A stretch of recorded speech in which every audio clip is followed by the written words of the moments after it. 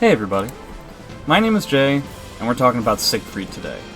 If you haven't watched my video titled I Got Every Character in Soul Calibur 6 to S rank and this is how I did it yet, please do so, as I'll be going through this character in the same format that I discussed topics in that video, and I'd rather not make the same disclaimers in each video I make. So right off the bat, let me be completely honest, this character really isn't for me. I personally tend not to do as well when it comes to slower characters with bigger damage. It just isn't my style. I also find Sig wants you to play in a way that isn't particularly fundamentally sound. A lot of Sig players you run into will force side-hold mix-ups, which can be fake or online in most situations, and I always hated it.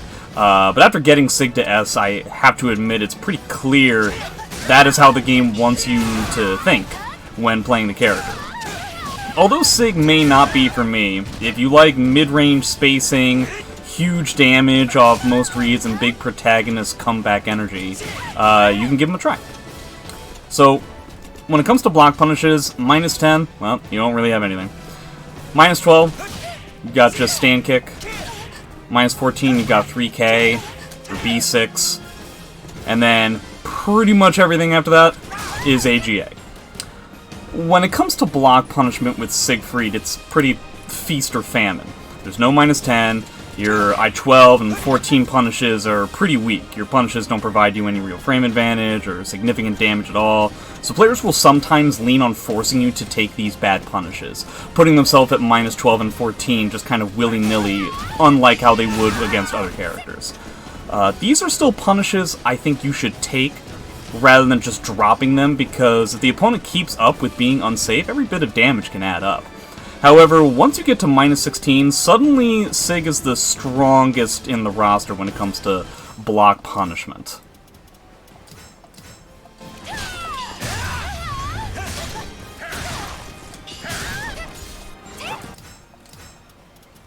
IAGA does require a certain level of execution, which can be quite frustrating to a guy like me. But it's quite satisfying when you pull it off, especially when you get used to poor block punishment you have when playing this character in other situations. You really want to make sure you're knowledgeable on all minus 16 or higher spots, because these types of punishes can really make or break a match. Now, when it comes to wall rising moves, the most classic example of how Sig operates 90% of the match is walking around at mid-range, step ducking preemptively, and using wall rising B kind of as a reaction. It's a safe assumption to make that the more you play Sig, the more time you'll spend doing this, more than most other things, other than maybe AGA. However, when it comes to using wall rising moves as punishes, lots of new players just use wall rising B as the answer for everything, which is a common pitfall when you don't know the frames. Wall rising B is 16 frames, so it can't reasonably be used to punish lows you've blocked, and a lot of newer players underestimate wall rising K.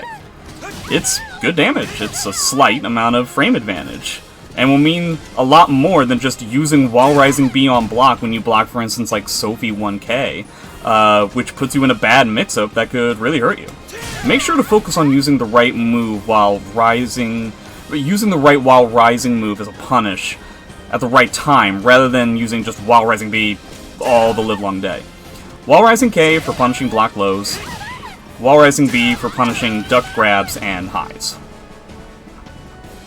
Now, when it comes to Oki, Sig has really simple options that provide you pressure, but not necessarily mix-ups.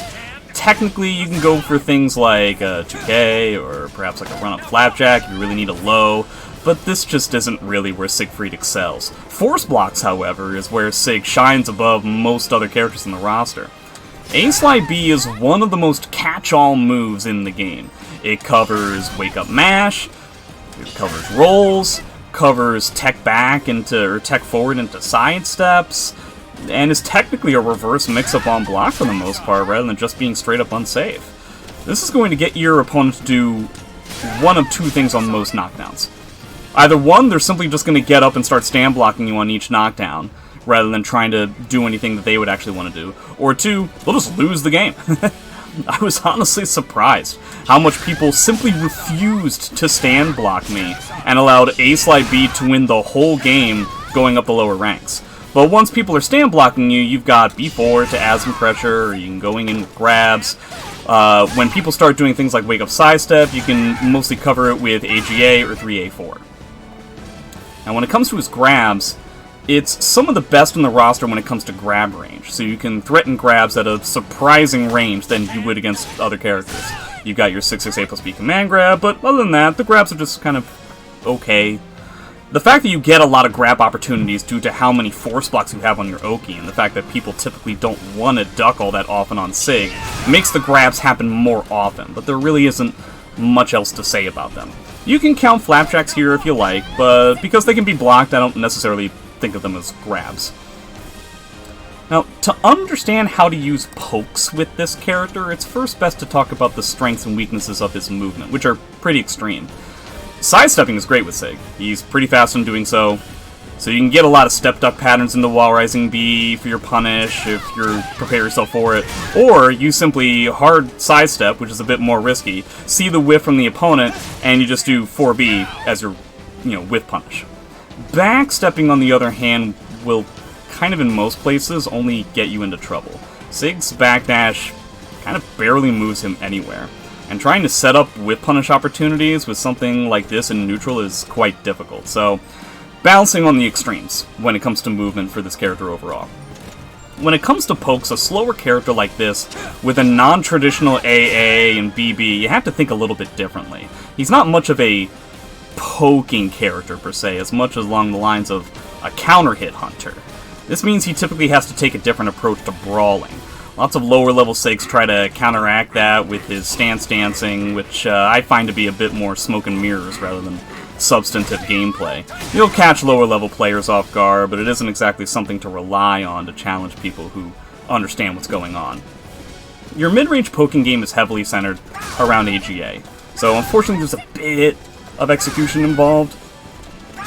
Nightmare and Siegfried players, if you end up seeing them in mid-range, they tend to sometimes accidentally getting reversal edge or something like that, but this provides you a bit of a mix-up game in and of itself on block, so you want to try to figure out what your opponent wants to do here. Do they mash against AGA on block a lot?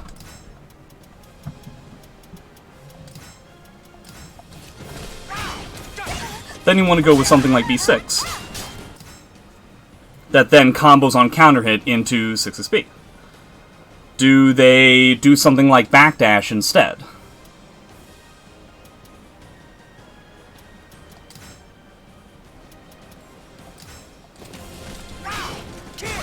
You can get something like B or BB to try and catch that type of thing. Do they just simply continue to block? Do they not make any decision whatsoever?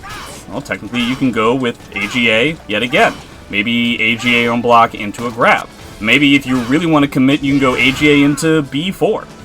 Getting used to this situation will be the most rewarding for the character. Other mid-range poking comes from things like A-side B, which, again, I cannot stress enough, you use all the time for most situations in the universe with this character. It's actually stunning after I finish this run how much I use this move. You got 2-2A, and you got 3A4,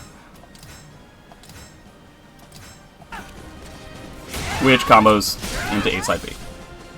Now, if you're more up close, then you got stuff like K, you've got your flapjacks, 3K, regular grabs, stuff like that. Counter hit hunting involves a lot of B6, kind of like what I was showing before post AGA. You've also got your 6A series.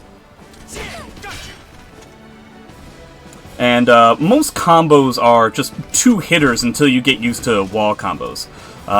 If we're talking about counter hit, wall rising hold into A plus B. If we're talking about no counter hit, wall rising B hold into chief hold KK for normal hit. With Sig, mid-range spacing is the name of the game. Force side hold mixes when you need them off of stuff like 6A hold or other kinds of things. Sig players tend to force these mixes a bit too much in my opinion, so it's important to remember the less you use them, the more potent they'll be when you do use them. Try to get used to a defensive playstyle, and you'll find you'll be getting a stronger spacing game that you can then carry over to other characters if you continue to play. That's the kind of stuff that I would focus on when it comes to first playing Siegfried. But yeah, do the normal YouTube things. Let me know what you like, what you don't like. Let me know how the Siegfried run tends to go, and I'll see you next time for the next character, yeah? Thanks very much.